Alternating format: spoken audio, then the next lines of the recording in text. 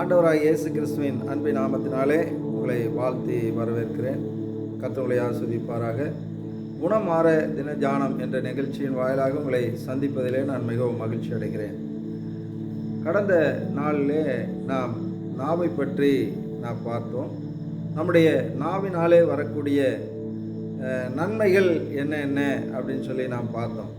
நாவினாலே வரக்கூடிய நன்மைகள், நமக்கு நாவினாலே ஞானமும் புத்தியும் வரும் என்று சொல்லி நாம் பார்த்தோம். அதே போல் நாவினாலே அறிவு கொடுக்க முடியும், மற்றவர்களை அறிவடைய செய்ய முடியும் அப்படின்னு சொல்லி நம்ம பார்த்தோம். அதே மாதிரி நம்முடைய நாவினாலே கோபத்தை அடக்க முடியும் அப்படின்னு சொல்லி பார்த்தோம். நாவினாலே வசனத்தை மற்றவர்களுக்கு கற்றுக் கொடுக்க முடியும் அப்படின்னு சொல்லி நம்ம பார்த்தோம். அதே மாதிரி இந்த நாவினாலே தேவனுடைய நீதியை பேச முடியும், தேவனுடைய நீதியை பாட முடியும், தேவனை நாம் கொண்டாட முடியும் அப்படின்னு சொல்லியெல்லாம் நம்ம பார்த்தோம். அதே போல் இந்த நாவு ஒரு மனிதனுடைய வாழ்க்கையை நிர்ணயிக்கக்கூடியது, ஒரு கெட்ட மனுஷனை கூட நல்ல மனிதனாக மாற்றக்கூடியது அப்படின்னு சொல்லி நம்ம பார்த்தோம். அதே நேரத்தில் இந்த நாவு தான் நம்முடைய உறவுகளை பலப்படுத்துவதற்கு பயன்படுகிறது என்று சொல்லி நாம் பார்த்தோம். அதே நேரத்தில் இந்த நாவு கடும் கோபத்தில் இருக்கிறவர்களை கூட இந்த நாவு அவர்களை குளிர பண்ணும், அமைதிப்படுத்தும், அவன் இந்த உலகத்திலே வாழ்வதற்கு அவனுக்கு உதவி செய்யும் அப்படின்னு சொல்லிலாம் நம்ம பார்த்தோம். இன்றைக்கு நாம் என்ன பார்க்க போகிறோம் அப்படின்னு சொன்னால், இந்த நாவு எப்படிப்பட்டது, இந்த நாவு எப்படிப்பட்டது, பரிசுத்த வேதாகமத்திலே இந்த நாவை குறித்து இது எப்படிப்பட்ட நாவு என்று சொல்லப்பட்டிருக்கிறது என்பதை இந்த நாளிலே நாம் பார்க்கலாம்.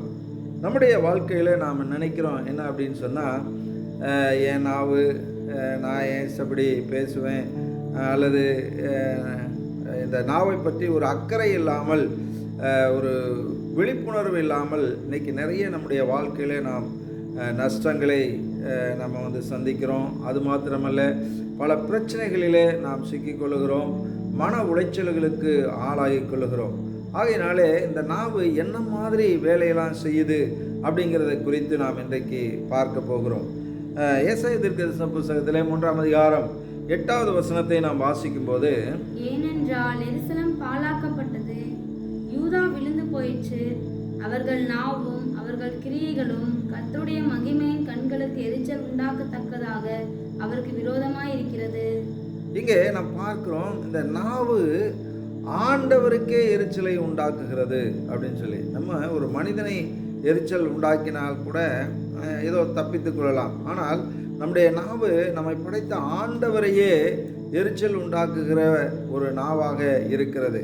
இரண்டாவதாக நாம் பார்த்தோம்னா, நீதிமொழியின் புத்தகம் 17ஆம் அதிகாரம் 4வது வசனத்திலே நாம் வாசிக்கும் போது, துஷ்டன் அக்கிரம உதடுகள் சொல்வதை உற்று கேட்கிறான், பொய்யன் கேடுள்ள நாவுக்கு செவி கொடுக்கிறான்.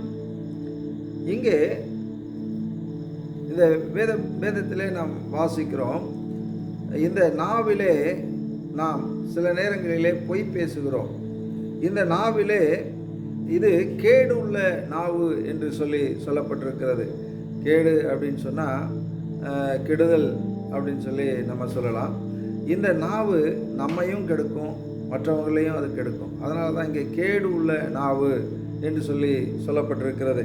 மூன்றாவதாக நீதிமொழியின் புத்தகம் 25வது அதிகாரம் 23வது வசனத்தை நாம் வாசிக்கும் போது, வடகாற்று மழையையும் புறங்குறுகிற நாவு கோப முகத்தையும் பிறப்பிக்கும்.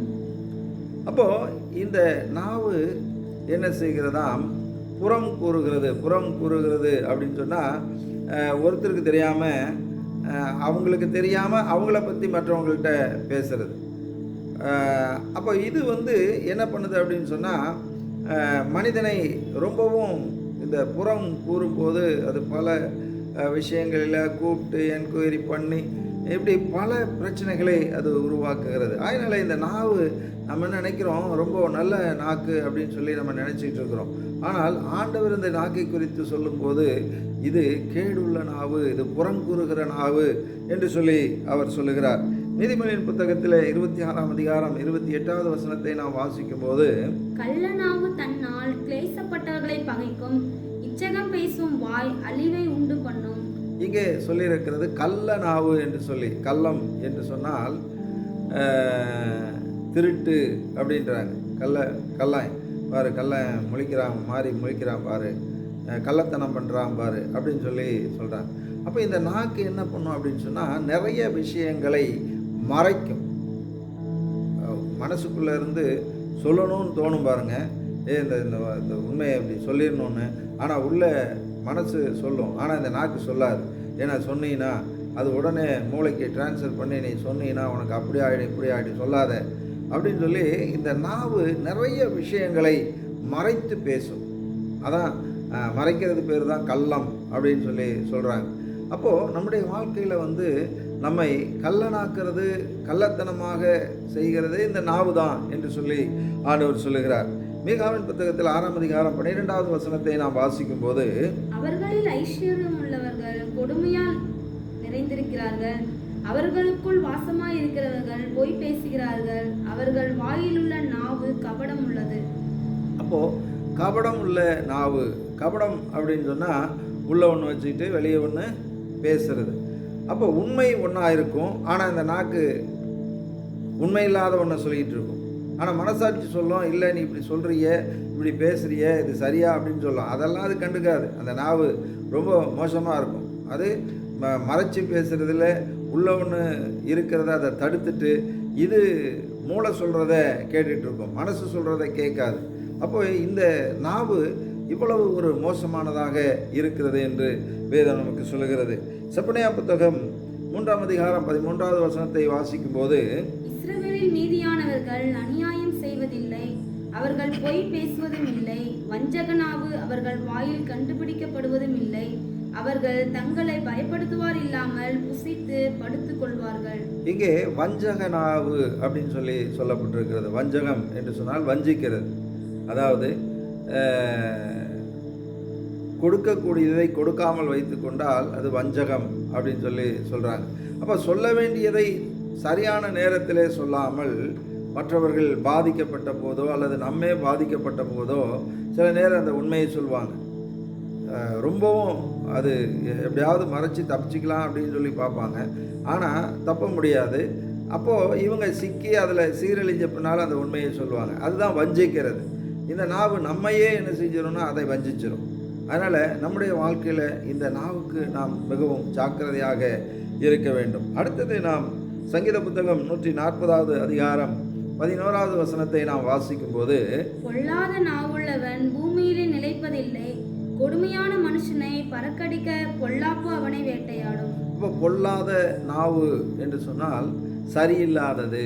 இங்கே ஆண்டவர் சொல்றார், அந்த நாக்கு பொல்லாதது, அது நல்லது என்றைக்குமே செய்யாது, அது மோசமானது, அது மற்றவர்களுக்கு பொல்லாப்பை உண்டாக்குகிறது என்று சொல்லி இங்கே சொல்லுகிறார். இன்னும் சங்கீதம் 52ஆம் அதிகாரம் 2வது வசனத்தை நாம் வாசிக்கும் போது, நீ கேடுகளை செய்ய எத்தனம் பண்ணுகிறாய், கபடு செய்யும் உன் நாவு தீட்டப்பட்ட சவரகன் கத்தியை போல் இருக்கிறது. இப்போ இங்கே நாக்கை குறித்து சொல்லும்போது சவரகன் கத்தி அப்படின்னு சொல்லி சொல்கிறாங்க. இன்றைக்கி பார்த்தீங்க அப்படின்னா சில பேர் போட்டு கட்டாமுடான்னு பேசி எடுப்பாங்க. அப்போ சொல்லுவாங்க, பாரு பிளேடு மாதிரி அறுக்கிறான் பாரு, இவன் என்ன பண்ணுறான், பிளேடு போட்டான்டா அப்படின்றான். ஏன் அப்படின்னா இங்கே வேதாம்பி தான் சொல்லுது, இவன் நாக்கு எப்படிப்பட்டது, பிளேடு அப்படின்னு சொல்லியிருக்கு. அப்போது நமக்கே தெரியாது. இப்போ நம்ம பாட்டுக்கு நம்ம ஏதோ தெரிஞ்ச மாதிரி அதையும் இதையும் பேசி மற்றவருடைய நேரத்தை எடுத்து கதையை மாற்றி அப்படி மாற்றி இப்படி மாற்றி சொல்லி அதை நல்ல உலகத்தில் கண்டுபிடிச்சிடுறாங்க. அவன் பிளேடு போடுறான், வந்துட்டான், அவன் பிளேடு போடுவான் அப்படின்னு சொல்கிறான். அதனால் இந்த நம்ம நாக்கு சாதாரணமான நாக்கு கிடையாது, அது பிளேடு அப்படின்னு சொல்லி இங்கே சொல்லப்பட்டிருக்கிறது. 57ஆம் சங்கீதம் 4வது வசனத்தை வாசிக்கும் போது, என் ஆத்துமா சிங்கங்களின் நடுவில் இருக்கிறது, தீயை இறைக்கிற மனுபுத்திரருக்குள்ளே கிடைக்கிறேன், அவர்கள் பற்கள் ஈட்டிகளும் அம்புகளும், அவர்கள் நாவு கருக்கான பட்டயமுமா இருக்கிறது. இங்கே என்ன சொல்லியிருக்கு அப்படின்னா, 2 புறமும் கற்கான பட்டயம் அப்படின்னு சொல்லியிருக்கு. 2 புறமும் கற்கான பட்டயம் அப்படின்னு சொன்னால் நீங்கள் பார்த்தீங்கன்னா யார்கிட்டையாவது ஒரு வாயை ஏதாவது கொடுத்துட்டீங்கன்னு வச்சுக்கோங்களேன், நீங்கள் என்ன சொன்னாலும் அதுக்கு பதில் சொல்லுவாங்க. நீங்கள் என்ன சொன்னாலும் அதுக்கு என்ன பண்ணுவாங்க, எப்படி சொன்னாலும் பதில் சொல்லுவாங்க. ஏன்னா அது ரெண்டு புறமும் கருக்கு. நீ இப்படி பேசுனா அவங்க அப்படி பேசுவான், நீ அப்படி பேசுனே நீ அப்படி பேசுவான்.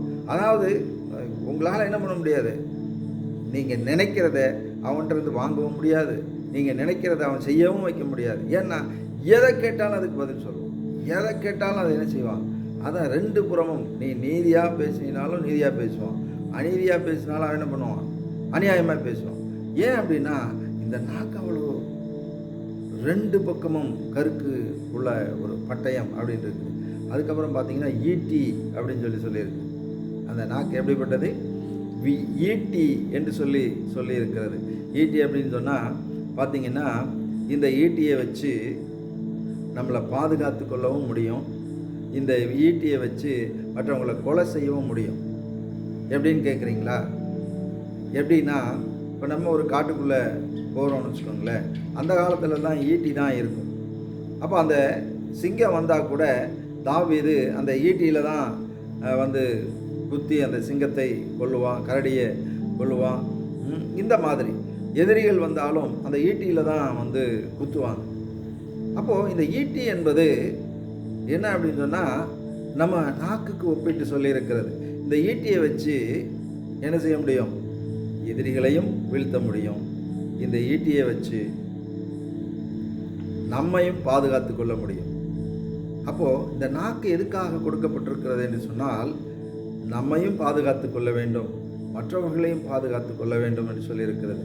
ஆனால் நம்ம நாக்கு எப்படிலாம் பயன்படுத்துகிறோம் அப்படின்னு ஆண்டவர் வேதனையோடு சொல்கிறார். நீ எப்படி பண்ணுற, மற்றவங்களை குத்துறதுக்கு தான் நீ வச்சிருக்கிற அப்படின்னு சொல்லி. அதை கூட வள்ளுவர் அவர் சொல்லும்போது அவர் சொல்கிறாரு, தீயினால் சுட்டப்புண் உள்ளாரும் ஆறாதே, நாவினால் சுட்டவடு அப்படின்னு சொல்லிட்டு சொல்கிறாரு. அப்போது நெருப்பில் சுட்டால் கூட அது ஆறிடும் அந்த புண்ணு. ஆனால் இந்த நாக்கில் சொல்லக்கூடிய அந்த வார்த்தைகள் சாகிற வரைக்கும் ஒரு மனுஷனுக்குள்ளே இருக்கும். இவங்க இப்படி சொல்லிட்டாங்க, இவங்க இப்படி சொல்லிட்டாங்க, இப்படி சொன்னவங்க தான், இப்படி சொன்னவங்க தான். அவங்க உயிரை கொடுத்தா கூட மறுபடியும் நம்ப மாட்டாங்க, இவங்க அன்னைக்கு அப்படி சொன்னாங்க தானே அப்படிங்கிற மாதிரி இருப்பாங்க. ஆகினாலே யாக்கோபு அதை சொல்லும்போது நாக்கை அடக்க ஒருவனாலும் முடியாது அப்படின்னு சொல்லி, ஆண்டவர் படைத்த அந்த நம்முடைய சரீர உறுப்பில் எல்லாத்தையும் அடைக்கிடலாமா, அந்த நாக்கை மட்டும் என்ன செய்ய முடியாது, அடக்க முடியாது. அது பொல்லாங்கு நிறைந்த உலகம், அது நெருப்பு என்று சொல்லியிருக்கிறது. ஆகினாலே அன்பானவர்களே, நாம் வச்சிருக்கிற நம்மகிட்ட இருக்கிற நாக்கு எவ்வளோ நல்லது அப்படிங்கிறத நீங்கள் சிந்திச்சு பாருங்கள். அப்படின்னா அதை எப்படி நாம் பயன்படுத்தணும் அப்படிங்கிறத குறித்து நாம் அடுத்த எபிசோடில் நாம் பார்க்கலாம். ஆகினாலே இந்த நாவை நாம் சரியாக பயன்படுத்த ஆண்டுடைய கரத்தில் நாம் கொடுத்து ஜெபிப்போம். பரிசுத்தமுள்ள பிதாவே, ஆசீர்வதிக்கப்பட்ட இந்த நல்ல கர்த்தாவே, வேலைக்காக நாங்கள் நன்றி செலுத்துகிறோம். இந்த உலகத்தில் ஆண்டவரே நாங்கள் வாழ்ந்து கொண்டிருக்கும் போது எங்களுக்கு நீர் கொடுத்திருக்கிற இந்த நாவு எவ்வளவு மோசமானது என்பதை குறித்து இன்றைக்கு நாங்கள் புரிந்து கொண்டோம். ஆண்டவரே தேவரே, உம்முடைய வேதத்தில் நாங்கள் வாசிக்கிறோம், நாவை காத்து கொள்ளுகிறவன் தன் ஆத்துமாவை காத்து கொள்ளுகிறான் என்று சொல்லியிருக்கிறது.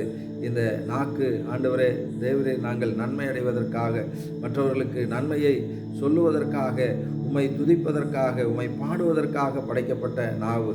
ஆனால் இன்றைக்கு ஆண்டவரே, பிசாசானவன் இந்த நாவை வைத்து எங்களையே அவன் கெடுக்கிறான். இப்படிப்பட்ட இந்த நாவை குறித்து ஆண்டவரே நாங்கள் இன்றைக்கு புரிந்து கொண்டோம். ஆண்டவரே, இந்த நாக்கை நாங்கள் நன்மைக்கு மட்டுமே பயன்படுத்துவோம், தீமைக்கு இந்த நாக்கை பயன்படுத்த மாட்டோம் என்று நாங்கள் தீர்மானிக்கிறோம். தொடர்ந்து கர்த்தர் எங்களோடு இருந்து எங்களை வழிநடத்தும். இயேசுவின் நாமத்தில் பிதாவே, ஆமென். கர்த்தர் உங்களை ஆசீர்வதிப்பாராக. God bless you.